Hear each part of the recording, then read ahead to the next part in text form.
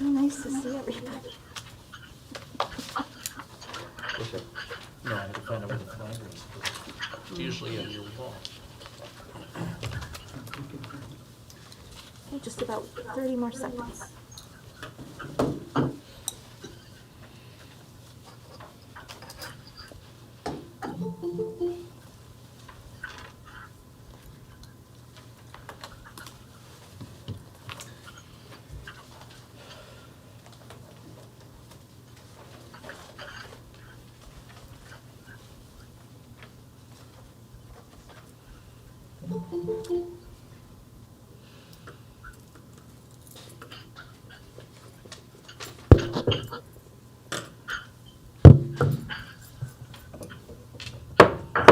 Good evening, ladies and gentlemen. I'd like to convene the Tuesday, April 20th meeting of the Watertown Board of Education. I'd like to turn the meeting over to Dr. Villanueva.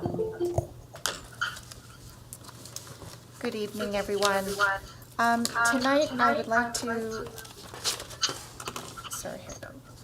begin with some news about a Watertown, somebody very important to Watertown. Roger Ouellette, a retired Watertown high school football and baseball coach. Roger Ouellette, regarded throughout the state coaching profession for being a consummate gentleman, passed away in an accident on Friday evening in Southern Shores, North Carolina, where he was visiting his son Brian's wedding, and he was 65 years old.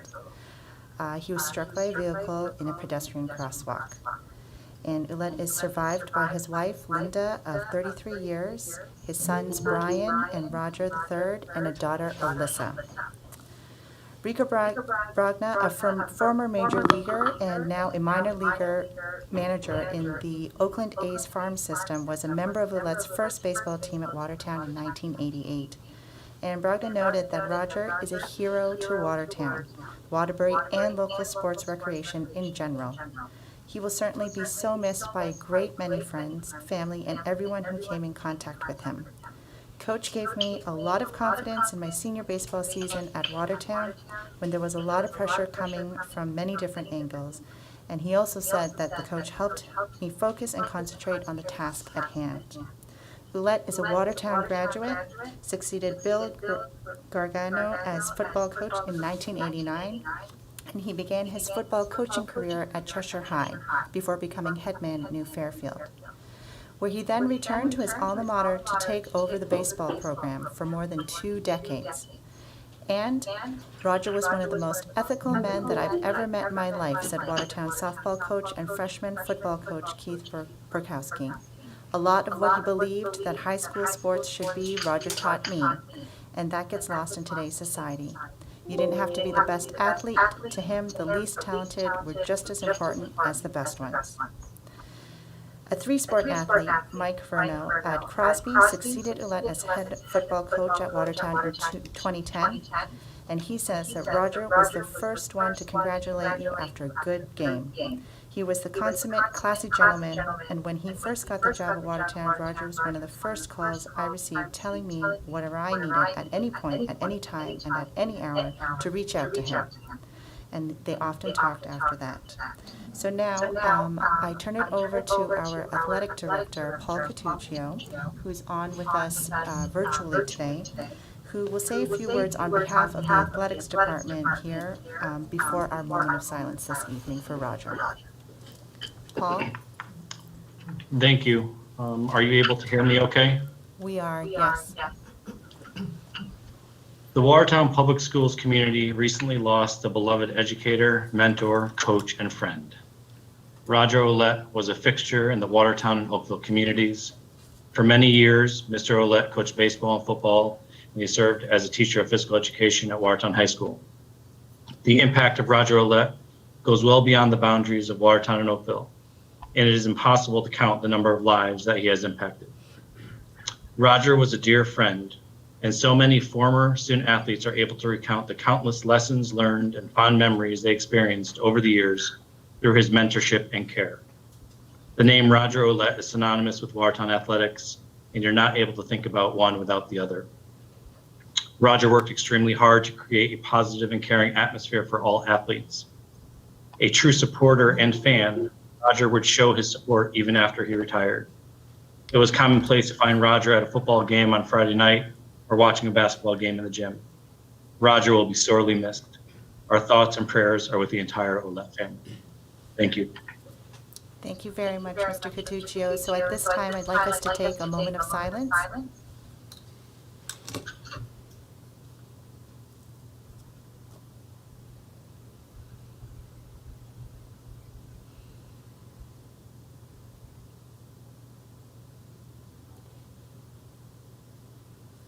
Please rise as Mr. Makowski leads us in the Pledge of Allegiance. I pledge allegiance to the flag of the United States of America and to the republic for which it stands, one nation, under God, indivisible, with liberty and justice for all. Thank you, Rob. Mrs. Davidson? Ms. Husky? Yes. Mr. Makowski? Here. Mr. Flaherty? Here. Ms. Rinaldi? Ms. Wolf? Here. Ms. Crotty? Here. Ms. Russo? Here. Ms. Eastman? Here. Mr. Valley? Here. And Ms. Lindstrom?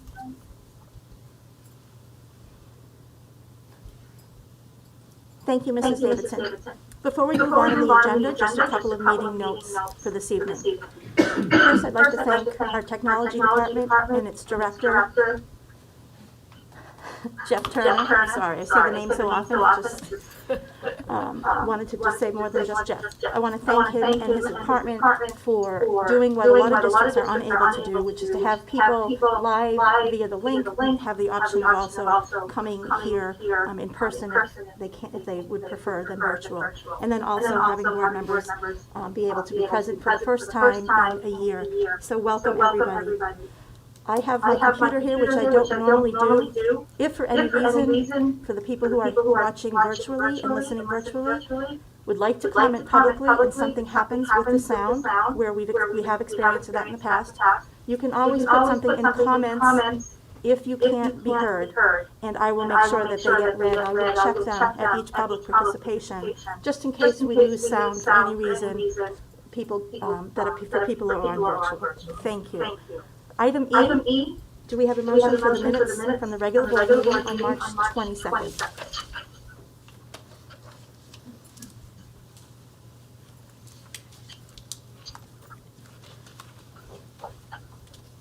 Yes, Madam Chair, I move that the board approve of the minutes from the March 22nd, 2021 regular meeting as presented by Ms. Davidson. Thank you. Is there a second? Second. Thank you. Any discussion? All in favor? Aye. Opposed? Abstentions? Motion carries. Moving on to item F, superintendent's recommendations and report. Dr. Villanueva? Thank you very much, Chairwoman Karati. I hope you all had a wonderful April break. I'd like to start tonight by giving 3 cheers to the students and families of Judson School. And actually, we have Ms. Katie Washburn joining us in the audience today as well. They just wrapped up their St. Jude's Mathathon and Telethon this past week. And St. Jude's Research Hospital, this past week, St. Jude's Research for St. Jude's Research Hospital. And Ms. Katie Washburn spearheaded that event and raised $11,025 with the students and families at Judson. And I believe it was Mrs. McDonald's 3rd grade class who was the highest raising class there. And then this past weekend, I believe Ms. Raymond, the principal at Judson, also had her telethon for St. Jude's. And so this is a shout out to everyone at Judson School. And I look forward to sharing, as we are now back in person, the good work of each of our schools at each of our upcoming Board of Ed meetings so that we can hear about all the things that are happening. There are 3 COVID updates for this evening. Just as a friendly reminder that as of yesterday, new contact tracing quarantine timelines are now 7 days for close contacts. So that means if you're not a positive candidate, however, you were in close contact with somebody who was positive, you now can quarantine for 7 days as long as you have a negative test on days 5 through 7. The CIAC, however, the sports guidelines still remain at a 14-day full quarantine. In addition, on April 9th, the Department of Public Health released interim considerations for the end-of-year school events, spring 2021. This is highly anticipated, and I believe this is the first of many pieces of guidance that we'll be receiving in terms of how school districts should move forward with graduations and proms of that nature. So as we continue to get these guidelines and information, they're kind of let out in dribs and drabs, we will continue to give updates to the public.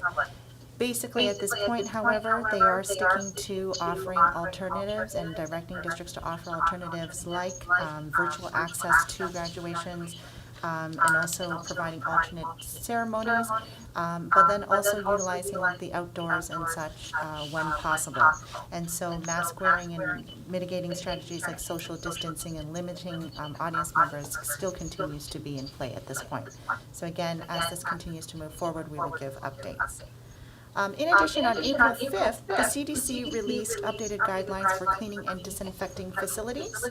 And so this may seem like a mundane update, but as the state continues to move forward in opening up little by little, and I know as of yesterday's governor's video conference, May 19th is a very special time when the state of Connecticut really will be reopening. We are beginning to see an increase in the number of people who are vaccinated, and so now there are more studies also on how the surface transmission of COVID is very low.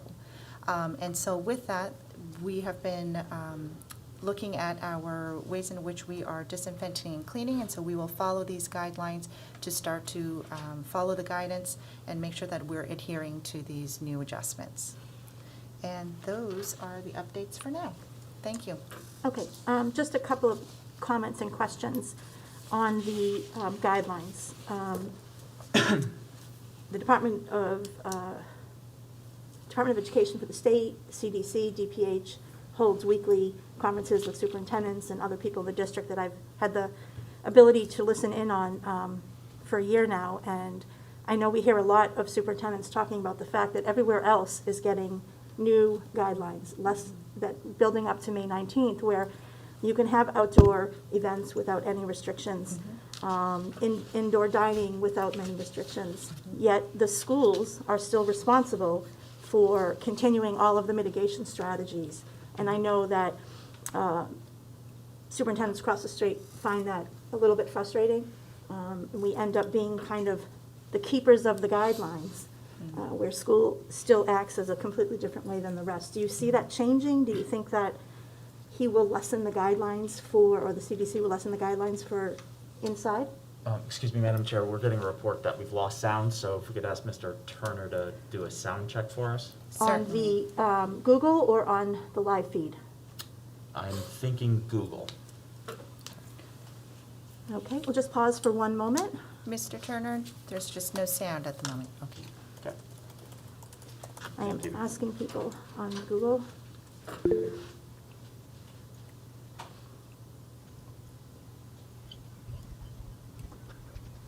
We cannot hear the meeting.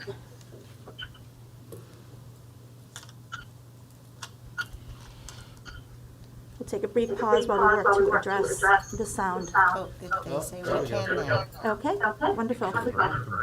Thank you, and thank you, Mr. Mikowski, for alerting me to that. So, back to my question. Do you feel like we'll continue to be the keepers of all these guidelines, even as everything else gets lifted? That's a great question, and you're right. The superintendents, along with DPH and CDC in the state, do have weekly calls. Sometimes they're more than a week, more than once a week, and we come together to discuss these. I've come to learn that I can't give a straight answer because they're constantly changing. I do anticipate as May 19th grows closer that there will be additional guidelines that might help alleviate some of the school's burden on really enforcing these mandates. So in terms of graduations and how we'll proceed, there's nothing set in stone at this point, but as they continue to come down, we will be able to give more information. Okay. Any board members have questions on any subjects that Dr. Villanova brought up in the meeting so far in her report? Okay, great. We'll move on to item G, items of discussion, the fiscal year 2022 Board of Ed recommended budget and reductions. We know the town council has set the Board of Education budget $500,000 less than we had recommended and approved. So our superintendent is here this evening to give her recommendations as to where we should make those $500,000 cuts and the impact on the district. All right. Good evening again. So a couple of weeks ago, as Chairwoman Crotty just stated, we were requested to have an additional $500,000 cut from the FY22 budget. This is a very deep cut based on what our budget increase is for next year. If you recall from the budget presentation that was approved by the Board of Education, our budget dollar increase is $1,861,273 for an overall percentage increase of 4%. To get to that number, to be able to be at that 4%, I had already removed $815,749 from the existing budget in order to make that percentage increase. If I had not removed that, we would be well over the 4%. To have $500,000 taken more from that, you'll see the impact as I move through them now. So in your packets, you will see that the initial cuts and the additional cuts now, which I'll walk you through, do touch people. And so it does eliminate 26.5 people from our overall workforce. That is a very high number. In the initial cuts, 8 paraprofessionals were part of that, 1 custodian, 5 interns from the University of Bridgeport. In order to continue to work towards the additional $500,000, I've added in 1.5 security guards, 4.5 classroom teachers, 3 more paraprofessionals, 2.5 library clerks, and 1 HR specialist whom we were supposed to share with the town where there was a need there. Now I just want to talk a little bit about the impact of those personnel reductions before I move into even more reductions on the resources and materials side. When we start to reduce, and I'll start with classroom teachers, immediately class sizes are impacted. So when we know that good best practice is small class sizes, when we cut 4.5 teachers at the elementary level, our class sizes move from being smallish to upwards of 25 or more if we continue to have enrollment throughout the summer. So you can imagine that if I take somebody from Judson, I take somebody from Polk, and I take somebody from Swift, that those classes immediately increase. In this time of COVID, what's tricky is that when you have more students in a classroom, now the social distancing of 3 feet is in jeopardy there. So that is something that we're looking at very, very closely, and looking at the numbers, they're already very high, and so to cut from there, the numbers only get higher. 1.5 security guards, I think that's self-explanatory. When you take, oh, I'm sorry. Our documentation says 0.5 at 67. Oh, I'm sorry. May I just take a look at? Of course. I'm sorry, that's a typo. What that actually means is that it would be taking, we have 3 security guards, and we would take them all to a 0.5 FTE. So that would essentially equate to 1.5 security guards being reduced. So that would mean out of 3 security guards, each of them now no longer being full-time, going half-time, would equate to 1.5 bodies. Thank you. Thank you, and that would amount to the $67,500. I think that is self-explanatory. You take security guards away from the front of your buildings, and so you have less security in front of those buildings. At that point, we now move into the secretarial team, and you will see that there are positions called library clerks, and these are part of our secretarial union. So 1 at Swift, 1 at John Trumbull at 0.5, and 1 whom we share between Judson and Polk. These are people who really do offer our students an opportunity to come into the library, get recommendations, to put back books, to work with the library media specialist when they're not in the library, to offer research and data experiences for students when they come in. And these are people who have been with us for a long time, so those are people who are now being recommended to be reduced. After that, I'm just going to move to all the people first. You'll see then an additional reduction of 2 paraprofessionals. Again, those 2 paraprofessionals, in addition to the 8 paraprofessionals from the initial cuts, would make 10, and then we would add 1 more in there to bring us up to a full 500,000. So paraprofessionals are people who can move across categories. They can be special education paraprofessionals, they could be people who work in our kindergarten classrooms, it could be paraprofessionals who are in the general education classroom. It's based on seniority, and so those folks would be reduced. Again, that HR specialist position is someone who is needed in central office and also is needed on the town side of things as well. So we were looking to have this position as a shared position where we would reduce some of the liabilities to our district and to our town by having somebody with that expertise and specialty. But I would remove that from the building as well. So to continue on there, then we move into resources and materials to be cut. And so taking a look at adjusting bus routes, there is a possibility to potentially, you might have longer bus runs to be able to reduce a bus, but you could do something of that nature. And I just want to make it very clear that it's very difficult to reduce a bus because you often have students that come from many different, you might have one student from many different neighborhoods that come together, so it's impossible to almost say, we'll take one bus and just eliminate the whole thing because they come from all different areas. So with that though, if we make them a little bit longer, change the routes around, there may be this possibility. But again, we don't want students sitting on the buses for extended periods of time unnecessarily. The instructional supplies across all buildings. You'll see that it's a $6,000 cut per building to amount to $30,000 here. But in the initial cuts, I had already cut $45,000. So that is a $75,000 cut to instructional supplies. These are monies that are put aside for things as simple as paper, crayons, pencils, construction paper, all of those pieces that our kids work with in the classrooms.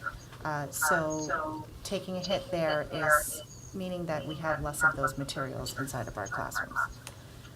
In addition, I'm taking a look at library books, and so going a year without updating new books to the library or replacing or repairing, we can see a cut there. So I'm very carefully not using the word savings, because these are not savings. These are straight up cuts, and these are straight up reductions. They do impact our people, and they do impact, I do say, the daily operations of our school district.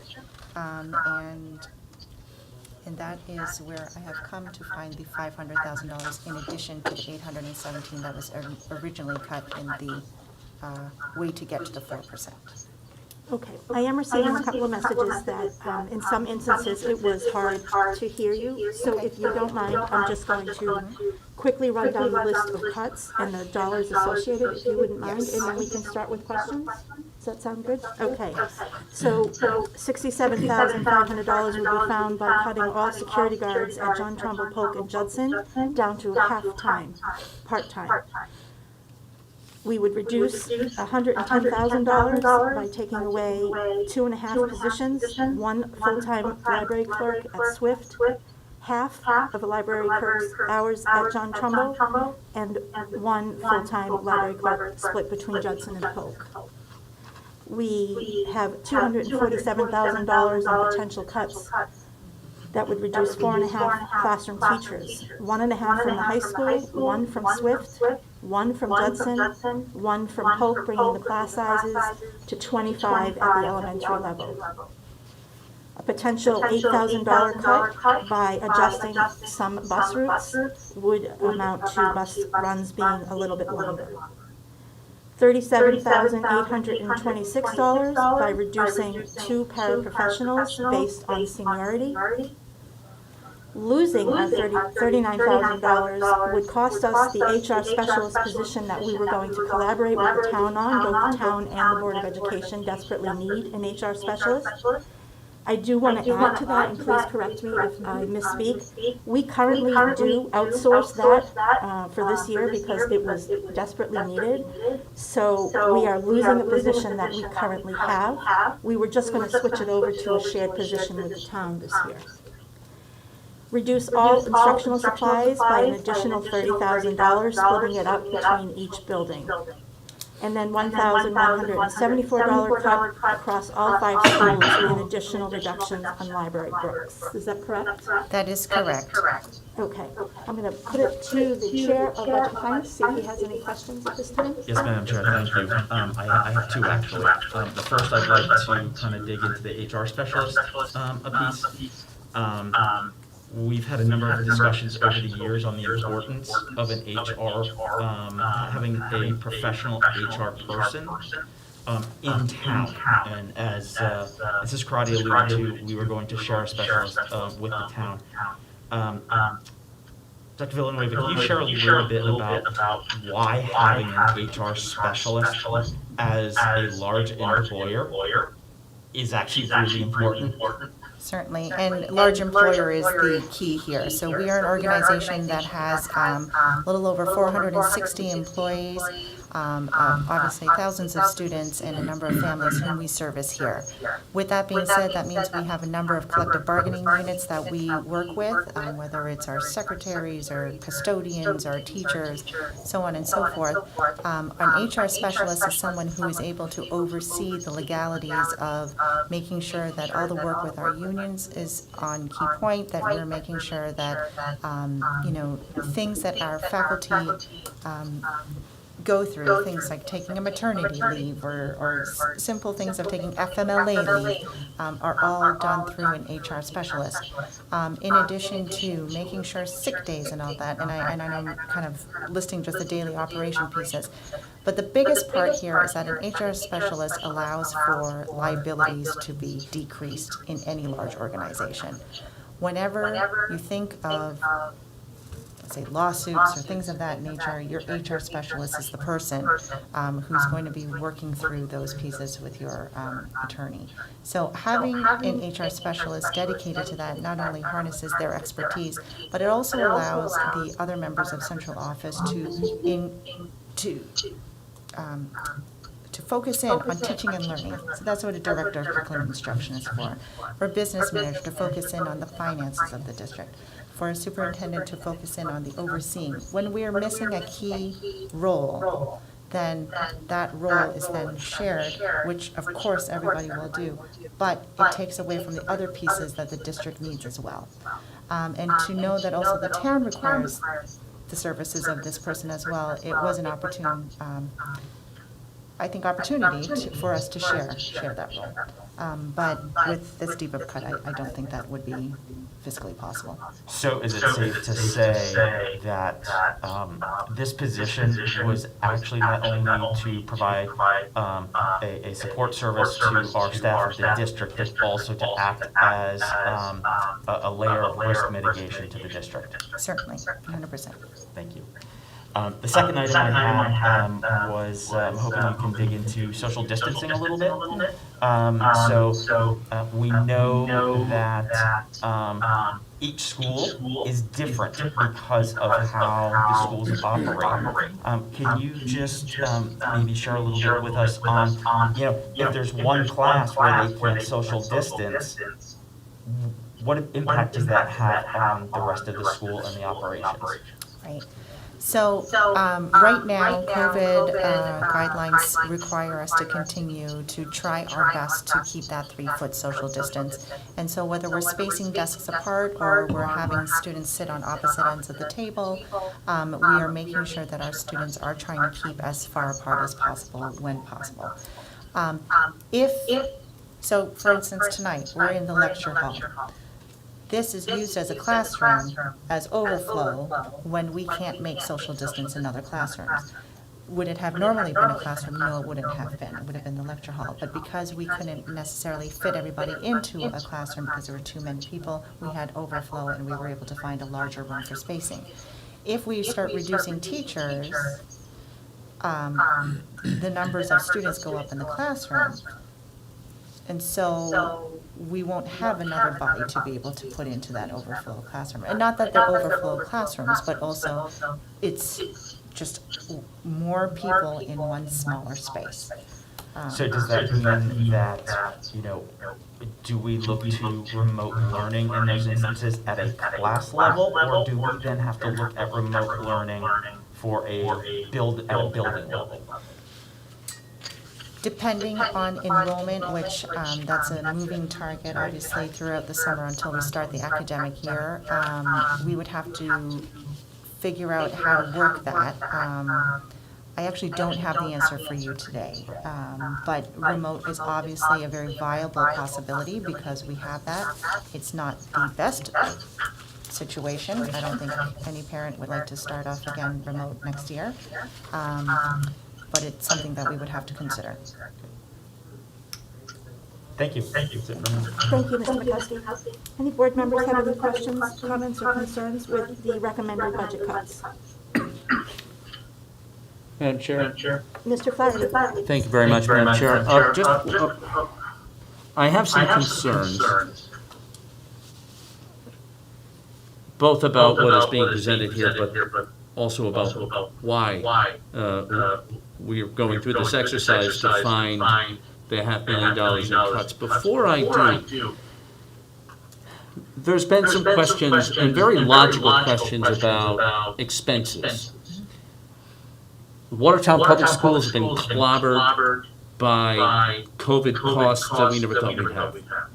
The taxpayers of Oakland and Watertown have been clobbered by COVID in terms of jobs, all kinds of awful things going on. So we understand that's happening, even as you're still unpacking your pencil box to take over and as our superintendent.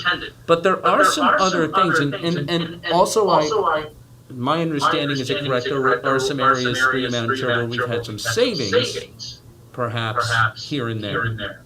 Is that the case? I think Because of COVID? Because of COVID, I think last year, yes, there were some opportunities for savings because everybody was fully remote. But at the same time, we had executive orders that were put down that had other costs continue to run that are offsetting any of those savings at this point. So as we didn't earn revenue from, let's say, food service of that nature, we had to continue paying for the program and the people in which we employ in that. And so we're incurring the cost of that, as an example. The same thing with transportation. Although we didn't utilize our transportation during those spring times, we were still, by executive order, required to pay for those costs. And through you, Madam Chair, that's exactly where I was going, because on the other side of that coin, there are expenses, and I've seen the comment raised of, well, what about the buses? We weren't running buses. So we must have saved, and transportation is a large part of our annual budget. But is it true for you, Madam Chair, to Dr. Villanueva, the executive order, one executive order that came down from Hartford, required us in all schools, public school systems, to pay the full contract. And I understand there are men and women who are terrific people that drive the buses and keep the buses going, but is that a cost we were obligated to pay in full? And if so, roughly how much was that? Do we know? That is correct. So that is a cost that we continue to go on. So the total dollar amount of the contract, I can certainly get back that figure to you. I believe we were able to have some discussions with our bus company on how we can go about other ways of perhaps, utilizing their services. But for the most part, our executive, is the sound okay? I didn't want to interrupt. Is the sound okay, Jeff? The executive order did have us continue to stick with the contract that we had. Yes. Mr. Flaherty, if I may add, Please. shed some light. So last year, when we first, in our last fiscal year, the executive order, as our superintendent pointed out, we were ordered to, by the governor, ordered to pay a large percentage of the contract, worked out to be, if memory serves, about 84% of the contract, where they had to show us what they were expending in labor, what they would normally expend in their operating costs, in their rentals of parking lots and maintenance on the buses, and the law dictate that we had to pay a percentage of all of that. That worked out to be almost the entire contract, but for about 15%. So although we could have reaped millions of dollars in savings from the transportation contract, the executive order tied our hands to that savings. Thank you, Madam Chair, and thank you to Dr. Villanueva. I ask those questions because as we, as a board, decide on implementing these recommendations, as we move into the next stage of the budget partnership that we have, and in Watertown and Oakville, we've got a partnership with our fantastic faculty, staff, administration, superintendents, then the board, then the town council, and of course the voters. And as we make that case, including making the case as to why, after 6 years of steady, low growth, I think I would say, that the board and the adopted budgets by the taxpayers have been fairly steady, we've got a blip this year. And I know that we'll get some money back from the federal government for COVID, but we've also had some special education costs that state and federal law require us to pay no matter what. And I believe a $500,000 cut is very, very hard to implement. I know that this was not a unanimous view on the council, but I know also they have responsibility as well, as we all do, to put something forward. I wish it didn't have to be this way. I very much appreciate the opportunity that you've taken to walk us through to show what this $500,000 cut will do, and the things that it will take a strong school system that many of you certainly have built and put together.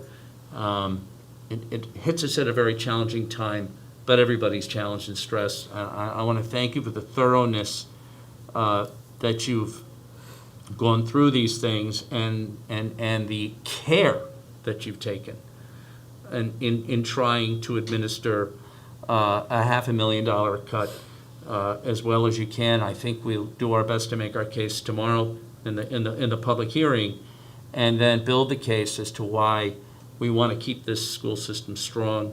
I'm sure we all want to do that, and I do appreciate, and if there's some things we just can't change, and you're certainly, I think, very capably putting forward some ways that we can possibly get through it, but it's going to be tough. And so I thank you, and Madam Chair, I thank you and the members for your indulgence. Thank you, Mr. Flaherty. Any board members have any comments or questions they'd like to make at this time in regards to the reduction recommendations?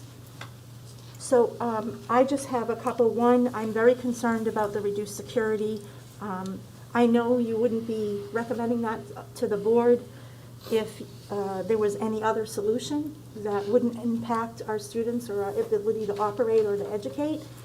But, I mean, it took us 5 years for those of us that have been together on this, and those of us who have been in part of the fight with us, to get security in every building. And it happened last year. We finally had full-time security, one person at every building. It's not like we have an overabundance of security. And in partnership with the administration at each school, I know that they'll work around this cutback. One, are we even going to be able to fill those positions as a part-time security? Are we going to lose the good people that have been working on the security plan with us since day one and have come on board in recent years, and have to find people that can afford to take a part-time job in security? And are we going to be able to get the caliber that we currently have? Are they going to be able to be retained?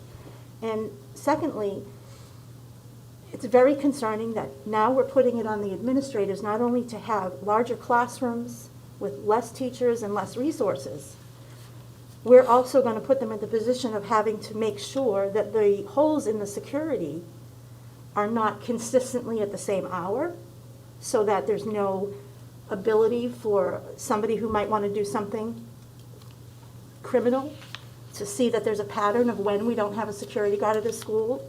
I have real concerns about that, and if you could just speak to that a little bit. So security is always one of our top priorities in any school. And what is good to know is that not only is our security guard, but our administrative team, as well as our district, I'm going to call it an all hazards team, but I don't believe it's called an all hazards team here, but it's basically a type of security type district committee, is continuing looking at how to make sure that our schools are safe and secure for our students. With a reduction in security, it certainly is not optimal, but there are ways in which our administrative team can come together to continue to maintain a secure environment for our schools. If we had our way, would we have our teachers back and our security folks back? Absolutely we would. But when we're faced with this large of a reduction, it does unfortunately touch all of our units, and including our security. Thank you. I appreciate you addressing that concern. Madam Chair? Please. If I may piggyback on that, you made a very valid point that we are now asking our administrators and our staff to fill those holes. Well, the next line item is, the secretarial team. Well, they got to fill those holes, right? And then there's classroom teachers, and they have to fill those holes. How many holes can we fill? What can we reasonably expect of those that give their heart and soul to educate? So, sorry, that's more a comment than a question, but I think it was important to reiterate that we're just asking more of the same people. And I think, these types of comments aren't directed at the superintendent per se. We know and trust that this is what we need to do.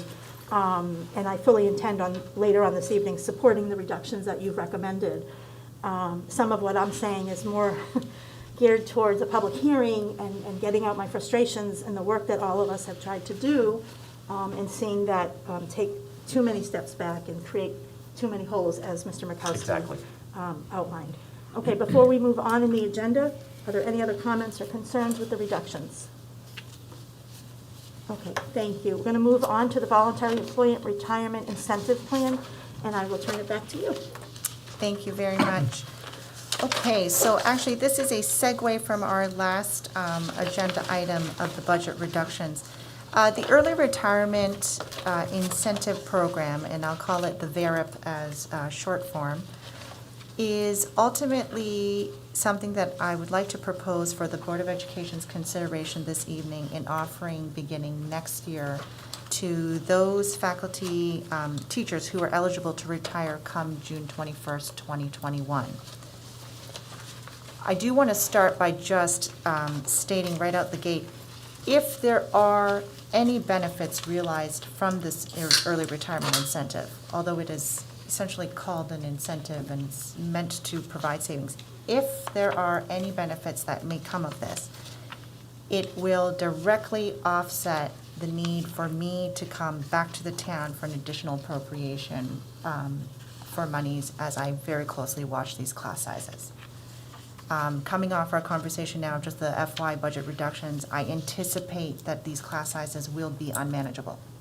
I anticipate that I will need to go back to the town for an appropriation in order to fill positions next year, which it seems counterintuitive because I just gave you a list of cuts. So with that being said, I propose that we put in place this early retirement incentive so that it can help offset the possibility of me coming to the town for that appropriation when that arises. So, Yes. before we move on, so if there was any So a certain amount of teachers would have to be retired, as I'm sure you'll go through, would have to Correct. take the incentive. Then we would rehire those positions with people at a lower step, so there might be some savings in salaries from people taking advantage of this retirement incentive plan.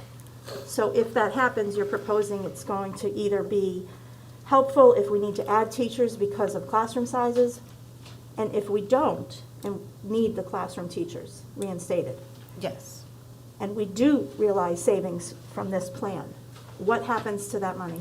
It'll remain in the general fund. So the and town's general fund? It will remain in that town's general fund. But at this point, I do anticipate that these class sizes with the COVID restrictions, potential for unanticipated special education costs as well, may require me to come back to the town for that. But if we do truly realize It just the doesn't get benefits, spent? it'll just be there, yes. Okay. So I'll just walk you through what the VERIP is. I think some of you may be familiar with it. But ultimately, a member who is eligible to receive a normal retirement benefit, who has, number one, either attained the age of 60 and has accumulated 20 years of credited service in the public schools of Connecticut, or two, has attained an age and has accumulated 35 years of credited service, at least 25 years of which are in service in the public schools of Connecticut, is eligible for this VERIP. 3 options are available to those who may choose to participate, and as Chairwoman Crotty mentioned, there are minimum requirements to take part in this incentive as we would offer it as a Board of Education. The first, if we have an employee who meets the retirement requirements by June 21st, 2021, and they are currently enrolled in the health and dental insurance plans now offered by the district, the incentive is that we will provide $11,000 per year for 3 years toward the premium costs of continued coverage under the health and dental insurance plan that we currently provide. In your packet, you will see what the costs are ultimately for those plans. If we have an employee who is not currently enrolled in the health and dental insurance plans, who instead is actually enrolled in the board's retiree health account plan, account plan, then the board will offer $11,000 through the HRA for the following 3 years. If we have somebody who is also not enrolled in the health and dental insurance plans right now, and also not going to be enrolled in the board's retiree health reimbursement account plan, then the board will pay $11,000 per year for 3 years directly to their 403B. So those are really the 3 options for folks who would be interested in participating. Again, our business manager is here in the audience if we have some direct questions for her. We do need a minimum participation for us to actually realize a benefit of offering this, of a minimum of 11 people to take part in this. So if we don't have 11 people who decide to participate, it's kind of a no-go. It really can't move forward. There are time deadlines, so after today, if the Board of Education finds favor in this, then the business manager, Ms. Jones, and I will be very clear in working with our teachers' union on the May 29th deadline of making sure to get all paperwork in so that all participants can take part in this if they are interested in doing so. There is also the option for anybody who changes their mind by May 29th and decides they want to pull out to also do that. But again, I just want to reiterate that we do have to have a minimum of 11 participants take part in this for us to actually see and benefit from it, to be able to offset those anticipated costs that I am foreseeing in the future, in the very close future.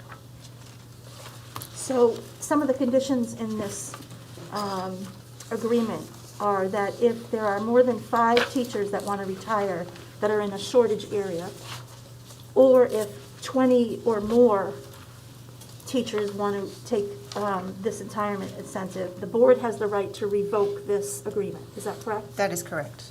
Okay, so we've talked in the past about these plans. This is very similar to the one we offered in the past. I see the dollar amount hasn't increased. No. We've kept it at 11. So 11,000. So we don't want a mass exit of all of our veteran teachers. It's not something that we are looking to do. That is No. not the way we've ever operated.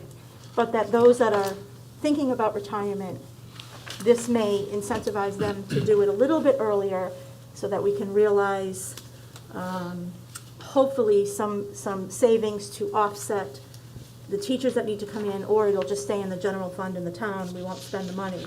But we certainly don't want any of our veteran teachers to leave.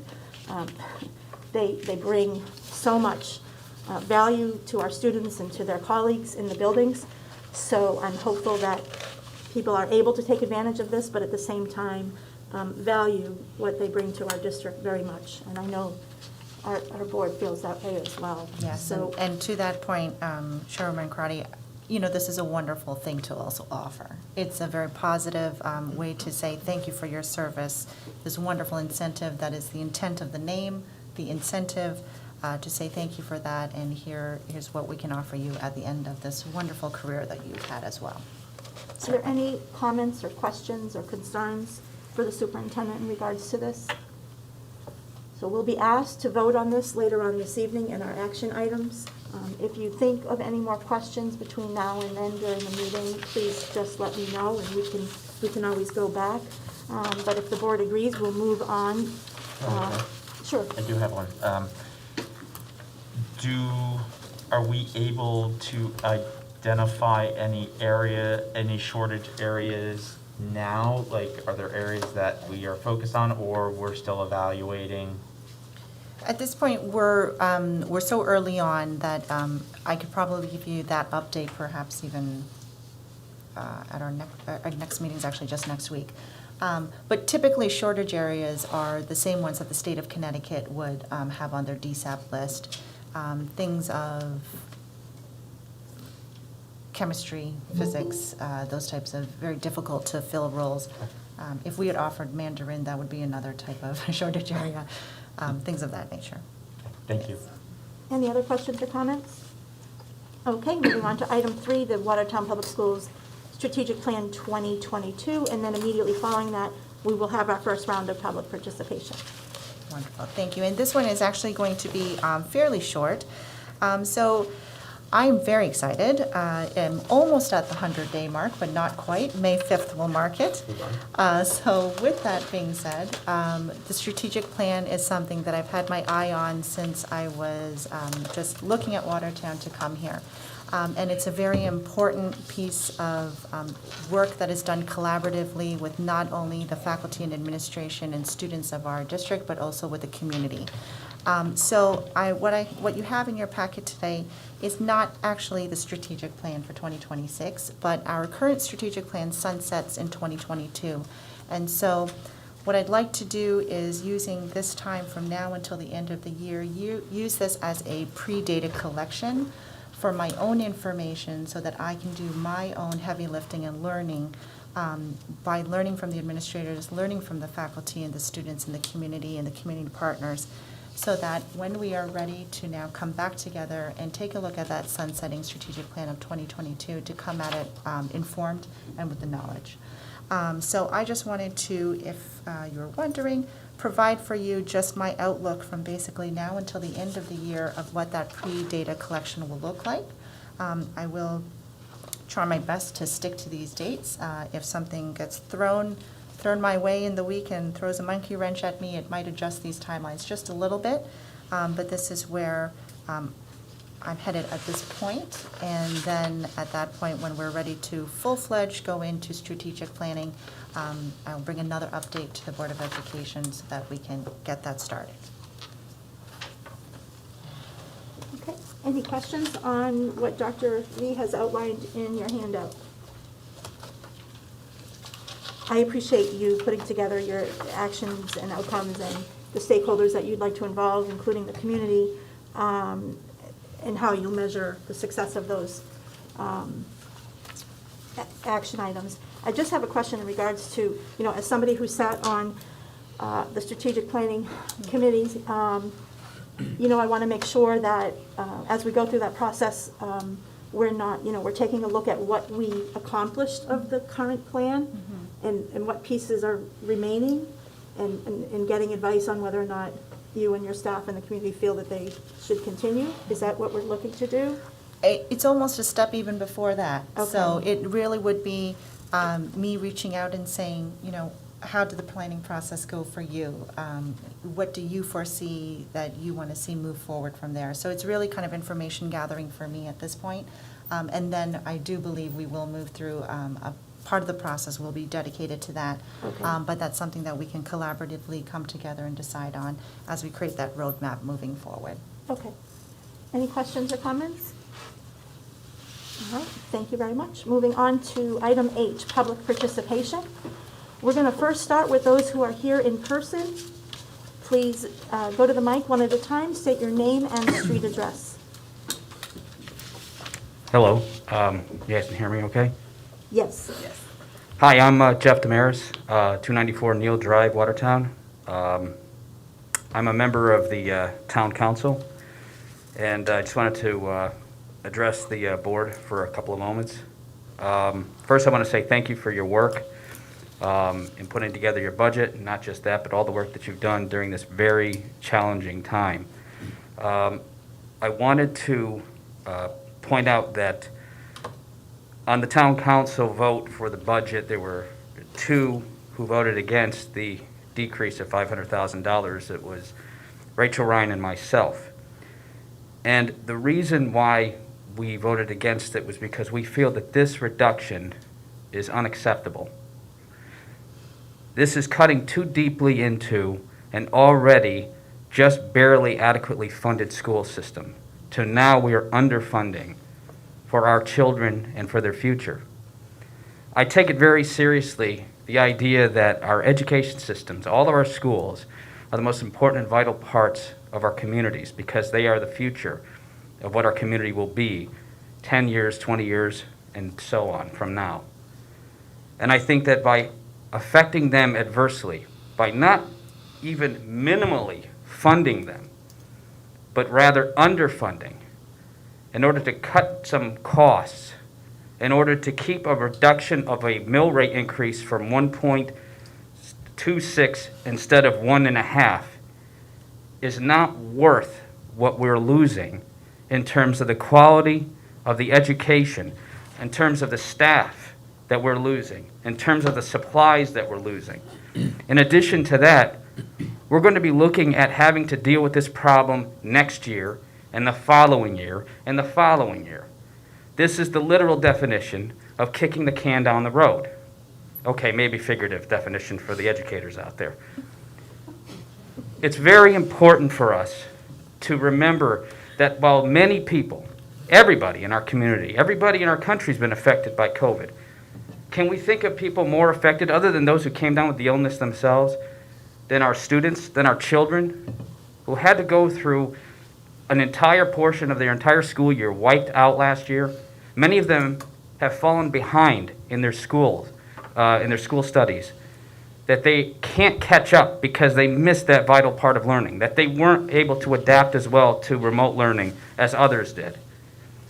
And now we have to try to catch them back up. How are we going to do that if we're cutting $500,000 additional to an already minimally funded budget?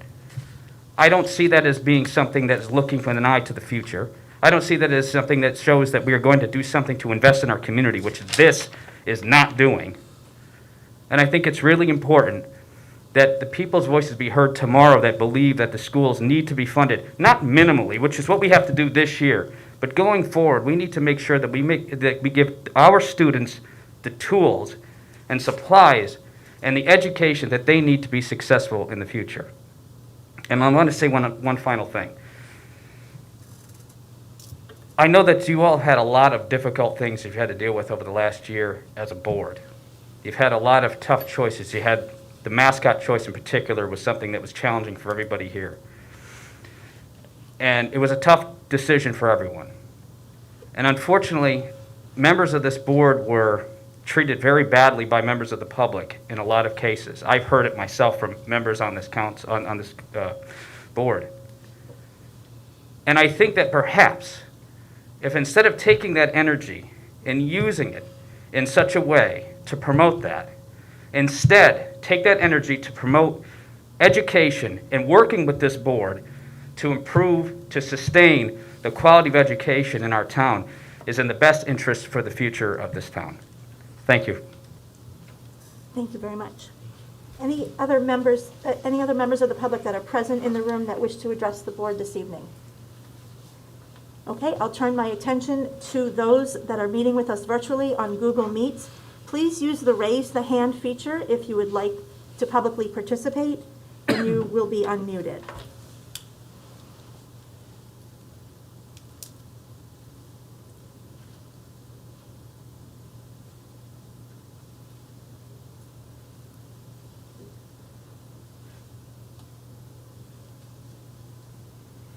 Okay, Mr. Turner, do we have anybody that wishes to participate?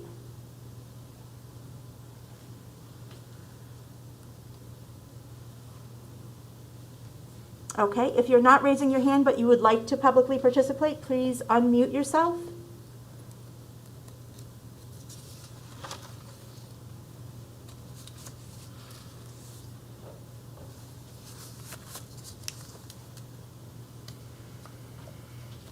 Okay, last call for this public participation. There is another one at the end of the meeting. Okay, we're going to move on to item I, report from the board chair. 10 years ago, I purchased a custom outdoor banner that reads, "Vote Yes," in giant letters. It's over 20 feet long and 4 feet wide, big enough for drivers on Straits Turnpike to read it as they pass the back of my house. The first time I hung it up a decade ago, I was a PTO exec member with 2 children in 5th grade, an 8th grader at Swift, and a junior at the high school. At the time, the Watertown High School administrators were developing a curriculum for a pilot program that would utilize, for the first time, iPads in some of our classrooms. Our unified sports program was in the informational stage of planning. The 3-school building project was coming to a close, and the New England Association of Schools and Colleges had just removed the warning from Watertown High School's accreditation for standards in curriculum and resources for learning.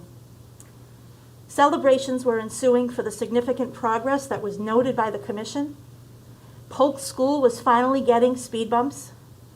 The Swift curriculum was being aligned with Common Core standards, and the Watertown Pomperog ice hockey team were the state champions.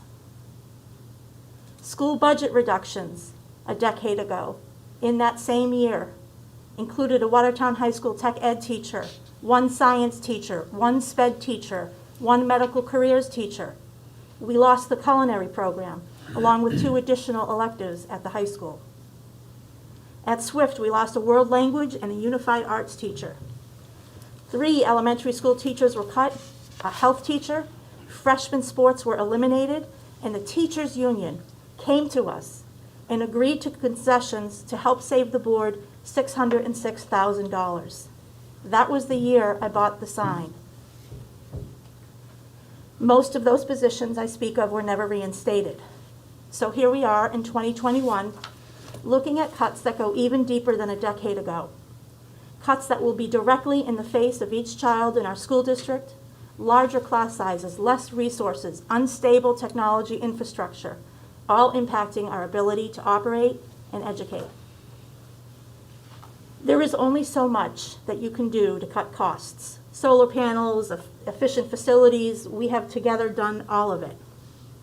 We have survived the last decade thanks to an incredible team of teachers, administrators, our staff members, and our superintendents. But make no mistake, for a lot of people, working for Watertown Public Schools is not easy. Doing more than less should not be the mainstay when it comes to the children of Watertown and Oakville. There is only so much you can do to help increase morale and show your appreciation for your staff. Our people are worked to the bone, and with these new cuts, retention will only get harder and harder in a field where continuity is critical for educational achievement and advancement. I don't want to lose the very people who have kept steering this ship all along, who have made sure that students felt as little interruption to their educational experience as possible, who have done the jobs of multiple people while caring for and educating our children. So 10 years later, I'm going to hang out that vote yes sign. It's going to be back up on my deck, just like I did a decade ago, because persistent school cuts harm children and they crack the very foundation of Watertown School District, something so many have worked so hard to preserve. I'd like to turn my report over to the board's Chair of Budget and Finance, Mr. Makowski. Thank you, Madam Chair. I'd like to start off by thanking Mr. Damaris. You hit the nail right on the head. I couldn't have said it any better. You know, I continue to see that Watertown Public School District have been faithful stewards of the taxpayers' money. Our budgets are lean. We do not spend haphazardly, and we do not squander on nice-to-have things. We cut when we are asked to cut because we too are taxpayers, and we know the financial pressure that taxes put on everyone. I will not rehash the examples that Mrs. Crotty described. However, I can say we have looked under every rock. We have done our best to negotiate contracts that were fair yet responsible. We have asked our staff to dig a little deeper, and they did, every time. And we have made cuts and sacrifices. Regretfully, those sacrifices and cuts were never reinstated. We shifted resources and reprioritized, but it's like plugging multiple holes in the bottom of the boat. When you only have one plug, you still take on water. So here we are, sitting in a boat with another 500,000 holes. And we are all out of plugs.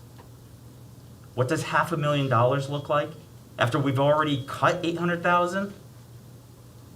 As Dr. Villanueva outlined previously, over 11 positions, 1.5 security guards, 4.5 classroom teachers, 3 paraprofessionals, 2 library clerks, half a main office secretary, and an HR specialist. We've already rehashed what all of that means. Where does it end?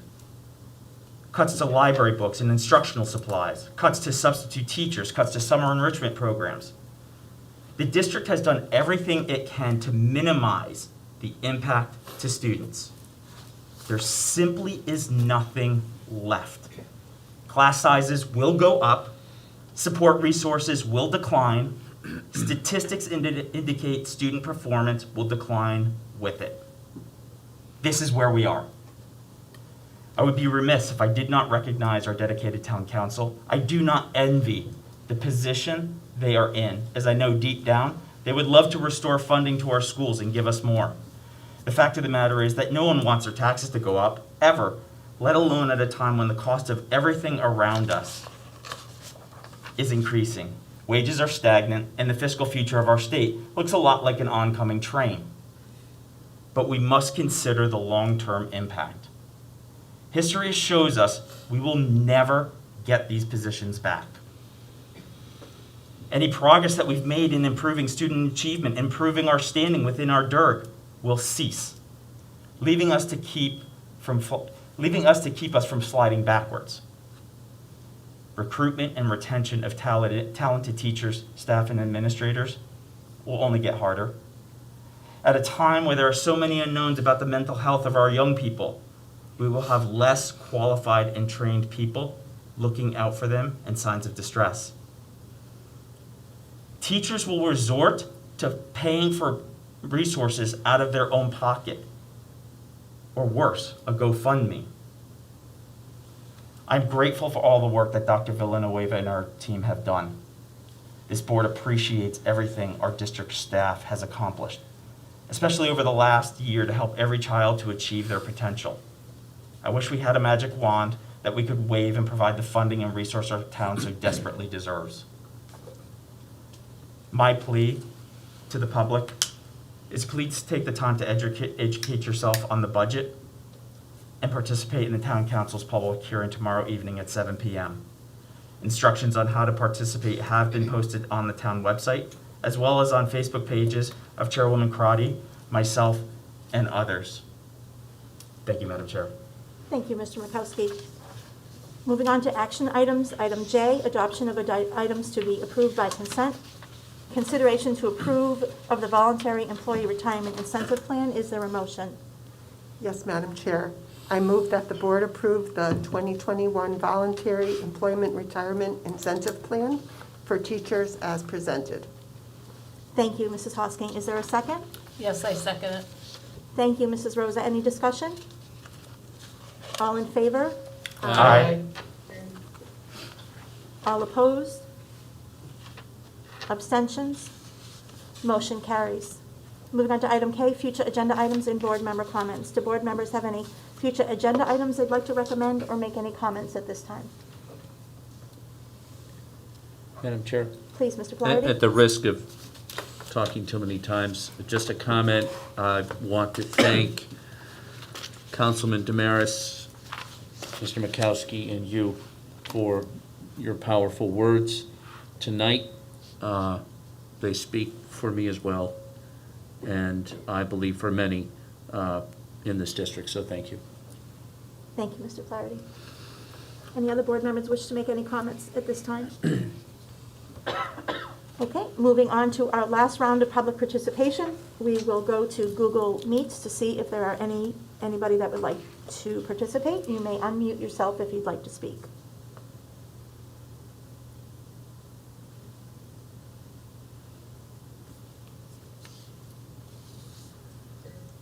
Hi, this is Becky Zadlow, 226 Beach Avenue. I just had a question if we had to RSVP to attend the public hearing in person tomorrow night.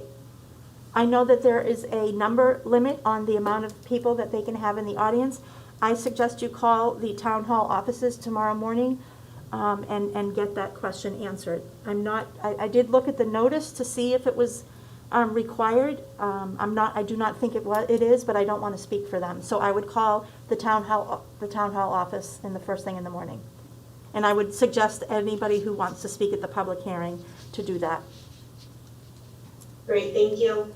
Thank you, Mrs. Adlow. Anybody else that would like to participate publicly?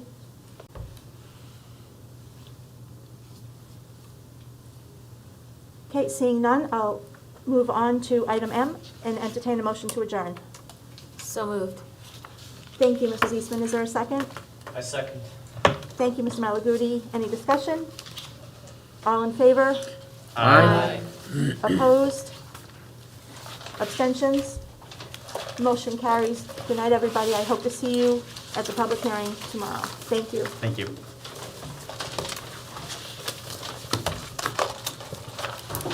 Thank you, Jeff. Oh, Jeff and Jeff, both Jeffs, yes.